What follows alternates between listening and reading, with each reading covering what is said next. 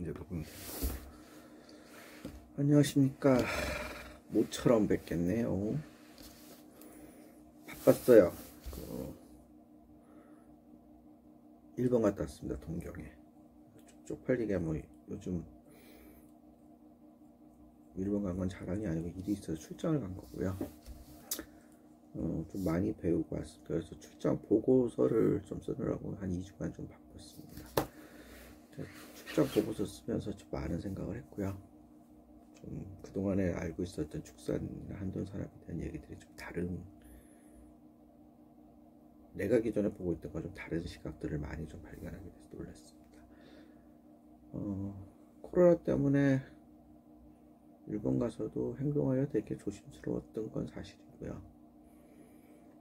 야끼니쿠 시장을 보러 갔었는데 야끼니쿠 시장을 좀 제대로 봤어요. 호르몬 야끼 특히 봤는데 돼지고기 부산물을 참 많이 구워 먹더라고요. 그런 시장은 조금 모르겠습니다. 다른 사람들은 어떻게 주장할지 몰라도 저는 생각이 호르몬 야끼 시장은 어떻게 보면 한국 제일교포들에 의해서 창의적으로 만들어진 시장이 아닐까 하는 생각을 가졌어요. 한국 사람이 가서 만들었다고 이게 우리 전통의 방식이다라는 건 아니고, 우리는 돼지고기 부산물을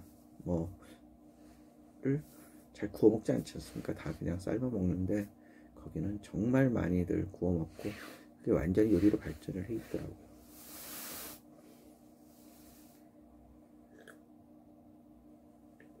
코로나 오늘 밤은 좀 제가 좀 마음이 편해요. 왜냐니까 보고서도 다 마쳤고 칼럼 쓰는 것도 있는데 오늘 만들어서 보냈고, 이번 달 칼럼, 다음 달 칼럼은 그 드라마 이태원 클래스에서 식당을 배우다입니다. 그 이태원 클래스라는 만화가 있었던 것 같은데, 웹툰이라고 하죠 요새 만화를. 거기 보면 이 포장마차를 하는데 재밌는 내용이 많더라고요. 특히 조이서라는 친구 굉장히 똑똑하고 젊은 감각으로 새로운 마케팅을 전개하고, 저는 박세로이라는 주인공이 가지고 있는 철학, 방향 이런 것들이 좀 다른 것 같아요. 그리고 그런 어떤 철학의 묘미가 있다. 그러니까 마케팅을 우리가 흔히 7P믹스 해가지고 얘기들을 많이 하는데, 그 철학이라는 단어 하나도 P자로 시작하니까 필로소퍼도 그 철학까지, 그러니까 우리나라 식당이 참 개성을, 70만 개의 식당이 저마다 개성을 가질 수 있는 건 70만 개의 식당의 사장님들이 저마다 자기의 철학과 가치관을 가지고 운영하기 때문 아닌가라는 결론을 내렸고요. 아마 코로나 사태 이후에, 코로나19 이후에 우리의 모습들은 조금 더 안전하고 안심한 먹거리에 대한 관심들이 높아지지 않겠나 하는 생각을 갖습니다. 그래서 일본 가서 내가 느낀 건, 우리나라는 돼지고기 자급도가 한 70% 되거든요. 일본은 한 50%밖에 안 돼요.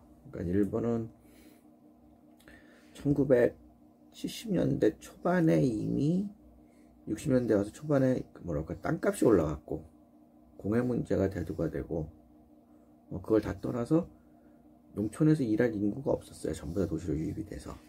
그래서 양돈을, 돼지를 많이 키우고 싶어도 키울 수가 없어서 수입을 해서 먹기 시작을 했던 시기, 그러니까 말하자면 그들한테는 위기였죠. 그게 70년대 초반이었고, 우리나라도 70년대부터는 일본에 수출을 많이 했고 80년, 90년대까지 수출을 했습니다. 그런데 지금 결과론적으로 걔네들은 한 50% 자급률, 우리는 70% 자급률인데,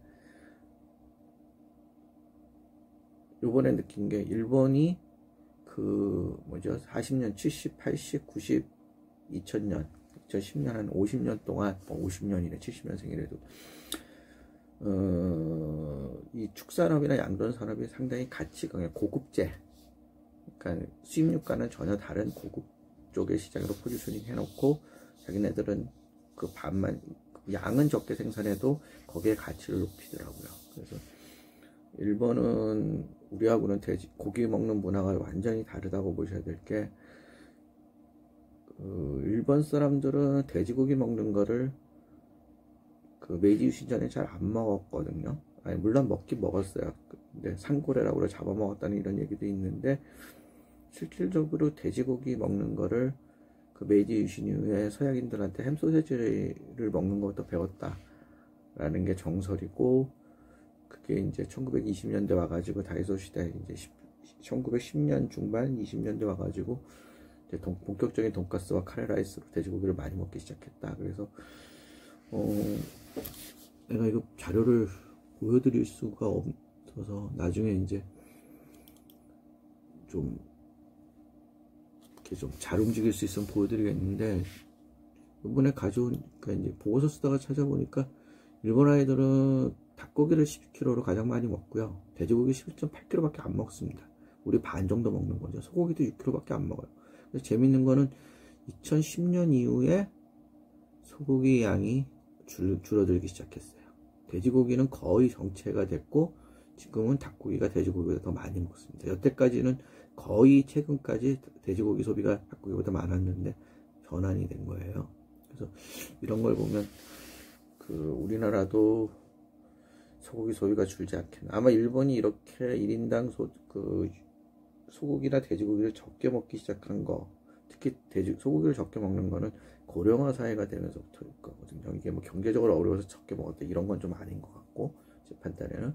그렇다면 우리도 급격히 고령화되면서 소고기 소비가 감소할 수도 있다. 급감이라는 표현보다 감소할 수도 있고, 돼지고기 소비는 더 이상 늘지 않을 수도 있다.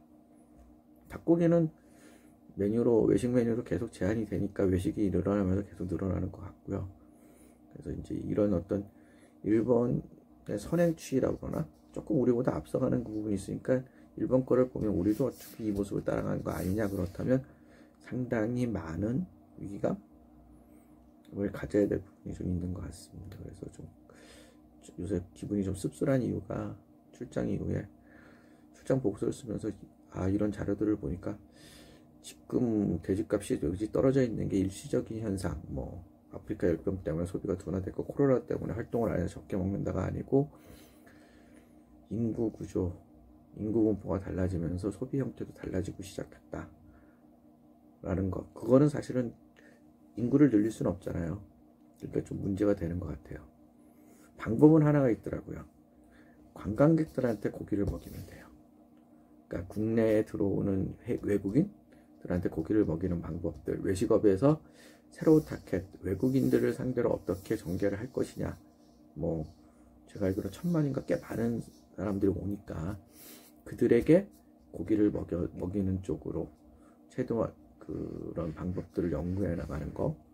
그러니까 뭐 외국인이 한 번 오면 한우는 꼭 먹고 가야 된다든지 뭐 이런 거 있지 않습니까? 그런 부분들에 대한 연구들을 조금 더 면밀히 진행해야 될 것 같습니다. 그래서 코로나는 사실은 장기화될 것이냐 하는 것의 문제인데, 지금 분위기 봐서는 장기화될 것 같고요. 장기화됐을 적에는 자금 확보가 제일 중요합니다. 그리고 건강입니다. 그래서 고민하셨다고 해답이 없을 것 같아요. 쉽게 얘기하는 건, 저도 사실 생업에 문제가 생길 수도 있는 부분이니까. 그래서 조금 더 관심들을 가지고 준비를 했으면 하는 부분들이 있고요. 이태원 클래스 한번 보십시오. 난 놀란 게 장가라는 박세로이라는 주인공의 상대 악역을 하는 팀이 기업 평표차 우리나라 최고의 외식 기업을 하는데, 그분의 정기를 박사래가 교도소에 가서 있는데 거기에 기본에 충실하자. 이건 뭐 백종원이가 늘 하는 얘기인데, 한편으로는 백종원의 골목식당 같은 걸 가만히 보고 있으면 사실 기본에 충실하지 못한 식당들이 우리 많거든요. 우리나라는.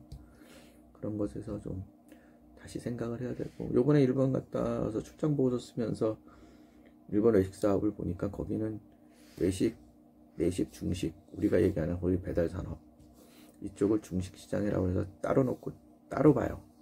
우리도 아마 이걸 외식이 아니고 중식이라는 개념, 우리는 중식하면 중국집 얘기, 짜장면 얘기할 것 같은데, 중식이든 뭐 이 시장에 대해서 조금 더 관심을 갖고 봐야 될 거 아니야. 그러면서 만약에 여러분들이 식당 사장님인데 편의점 도시락과 경쟁한다고 생각하신다면 조금은 고민을 많이 하셔야 될 부분들이 있다고 봅니다. 그래서 앞으로 가능하면 주저리 올리겠습니다. 우리 엄마가 보게 돼서 내가 말 조심을 많이 해야 될 것 같아. 또 우리 매형이 또 이걸 이 유튜브를 우리 엄마한테 걸어주셔갖고 우리 엄마가 또 아들내미 뭐 하나 보시는데, 그래서 말조심을 많이 하고 더 채널을 바꿔버릴까 고민도 하고 있습니다. 어쩔 수 없죠. 뭐 모친이 보시기 때문에. 자, 그럼 다음에 뵙겠습니다. 계속 가능하면 자주자주 올리겠습니다.